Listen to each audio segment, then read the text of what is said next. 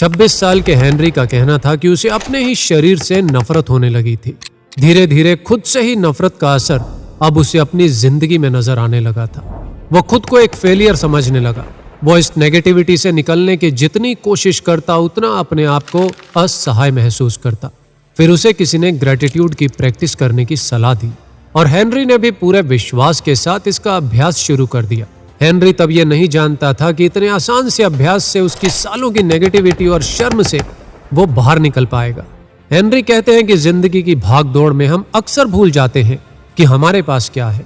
हमारी नजर हमारी आसपास की कमियों पर तो जाती है, लेकिन हम अक्सर जो सुख सुविधाएं हमारे पास हैं उनकी अनदेखी कर देते हैं। लेकिन जो मिला है उसके लिए कृतज्ञ और आभारी रहना आपकी लाइफ बदल सकता है। हेनरी कहते हैं कि बचपन से माँ मुझे जबरदस्ती ज्यादा खाना खिलाने की कोशिश करती और अक्सर कहती तुम्हें सारे कपड़े ढीले ही रहते हैं।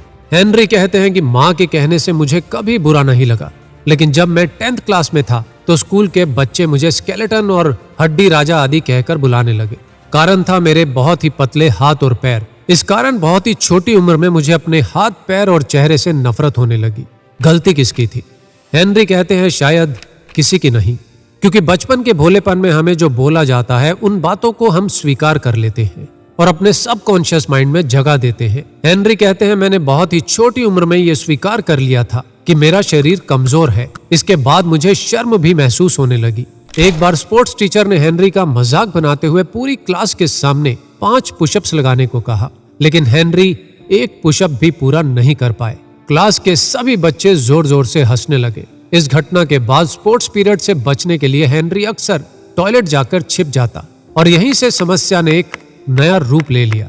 हेनरी बड़ा होता गया, लेकिन शरीर की हीन भावना पूरे व्यक्तित्व में फैल गई। हेनरी कहते हैं कि उस घटना के बाद मुझ में हीन भावना इतनी भर गई कि मैं कभी अपने बारे में अच्छा महसूस नहीं कर पाता था।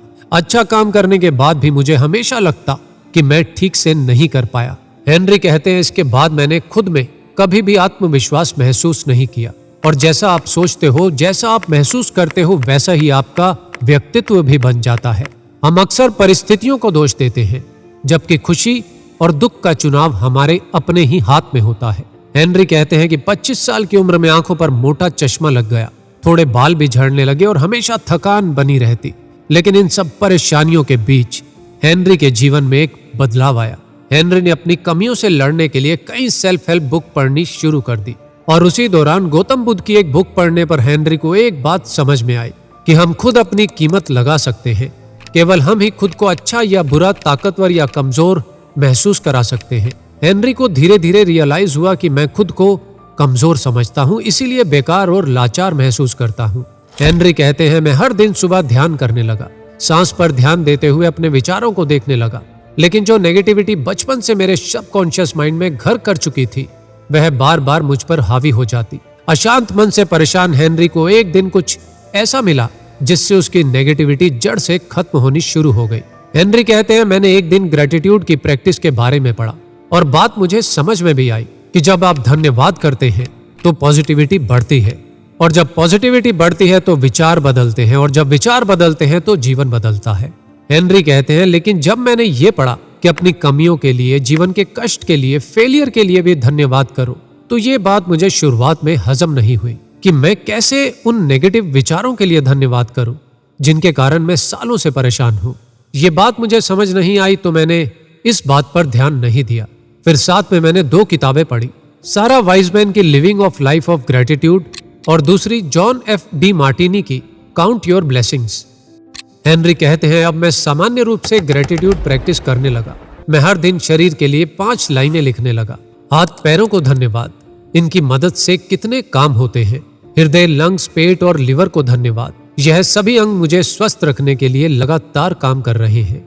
जब मैंने ऐसा किया तो अंदर से अच्छा महसूस करने लगा और गौतम बुद्ध की बात मैंने दोबारा रियलाइज की कि शक्ति मेरे अंदर आत्मविश्वास से आती है। एक दिन ग्रेटिट्यूड जर्नल लिखते लिखते मैंने महसूस किया कि मेरे पूरे शरीर, लिवर, किडनी, सेल्स, टिश्यू सब एक जादुई समन्वय में काम कर रहे हैं। शरीर के अंदर अद्भुत टेक्नोलॉजी काम करती है।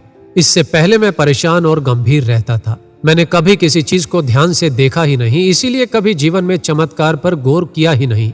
हेनरी कहते हैं ग्रेटिट्यूड की प्रैक्टिस करते करते मुझे सब कुछ आश्चर्यजनक लगा।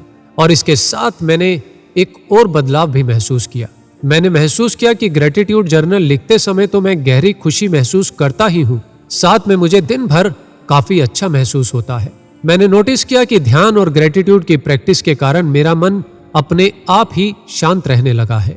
क्या आपने कभी इस बात पर गौर किया है? लेकिन अभी भी भीतर कहीं एक बात की टीज बाकी थी। हेनरी कहते हैं, फिर एक अजीब घटना हुई। एक दिन ग्रेटिट्यूड जर्नल लिखते लिखते मैंने अचानक से लिखना शुरू किया, मेरे पतले हाथ पैरों के लिए धन्यवाद, पतले शरीर के लिए धन्यवाद, क्योंकि मुझे भार महसूस ही नहीं होता। मैं आसानी से ऊपर नीचे होता रहता हूँ। अपनी कमजोरी पर धन्यवाद करने से मुझे सुकून मिला।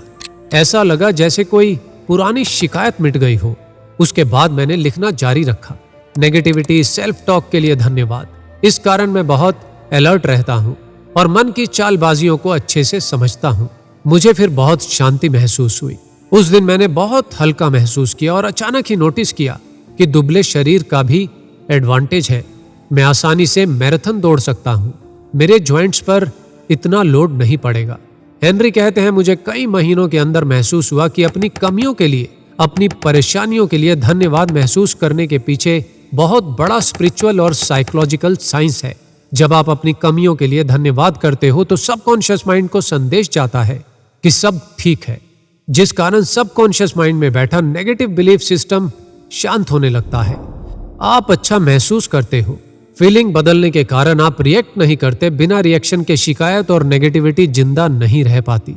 जब शिकायत नहीं होती तो हमें उन्हीं पुरानी प्रॉब्लम्स में सॉल्यूशन दिखने लगते हैं। हेनरी कहते हैं, यही मेरे साथ हुआ। धन्यवाद देने के कारण मैंने बहुत अच्छा महसूस किया और रिएक्ट करना छोड़ दिया, और धीरे धीरे मन में जो शिकायतें थी वो गायब होने लगी। मैंने अपने आप को बेचारा महसूस करना और खुद में कमी देखना बंद कर दिया। अब मैं मैराथन दौड़ने लगा और अंदर से शक्तिशाली और प्रभावशाली महसूस करने लगा। ऐसा महसूस करने के कारण मेरे व्यक्तित्व में अपने आप बदलाव आया और मैंने देखा कि लोगों का मेरे प्रति नजरिया भी बदलने लगा है। लोग मेरी इज्जत करने लगे और मुझे फिर से रियलाइज हुआ कि हमारी शक्ति हमारे भीतर के आत्मविश्वास से आती है। हेनरी कहते हैं कि आप अपनी कमियों के लिए, जीवन की दुर्घटनाओं के लिए भी धन्यवाद कह सकते हैं, क्योंकि आप अपने सबकॉन्शियस माइंड में बैठे नेगेटिव बिलीफ सिस्टम को शांत होने का संदेश भेजते हैं, जिस कारण रिएक्शन बंद हो जाता है। बिना रिएक्शन के शिकायत जिंदा नहीं रहती। इस समय आप सब कुछ नए तरीके से देख सकते हो, नए एक्शन ले सकते हो, नई भावना महसूस कर सकते हो। इसीलिए शिकायत को सॉल्यूशन में बदलने का पहला स्टेप है ग्रेटिट्यूड। दोस्तों, हेनरी की ये कहानी सिखाती है कि आपके मन और शरीर को धन्यवाद कहना शुरू करो। जो कमियां हैं, जो रुकावटें हैं, उनके लिए भी धन्यवाद कहना शुरू करें। धीरे धीरे शिकायतों के कारण मन में पैदा होने वाली नकारात्मकता से छुटकारा मिलने लगेगा और आप अपने शरीर में एक नई सकारात्मक ऊर्जा का संचार महसूस करते हुए तनाव से छुटकारा पाएंगे। तनाव कम रहेगा तो कम बीमार पड़ेंगे, सेहत अच्छी रहेगी, संघर्षों को स्वीकार करने की क्षमता विकसित होगी और परेशानियों में भी अवसर नजर आने लगेंगे। दोस्तों, ग्रेटिट्यूड की प्रैक्टिस बहुत ही सरल है। जीवन में मिली हर छोटी से छोटी चीज के लिए भी हमेशा आभारी रहें, उनके प्रति कृतज्ञता दिखाएं, यथासंभव दूसरों की मदद करें। और इस वीडियो से आपको कुछ मिला है तो दूसरों की मदद के लिए इसे सभी के साथ शेयर भी अवश्य करें। धन्यवाद ये पूरा वीडियो देखने के लिए। आभारी रहें और आभारी बने।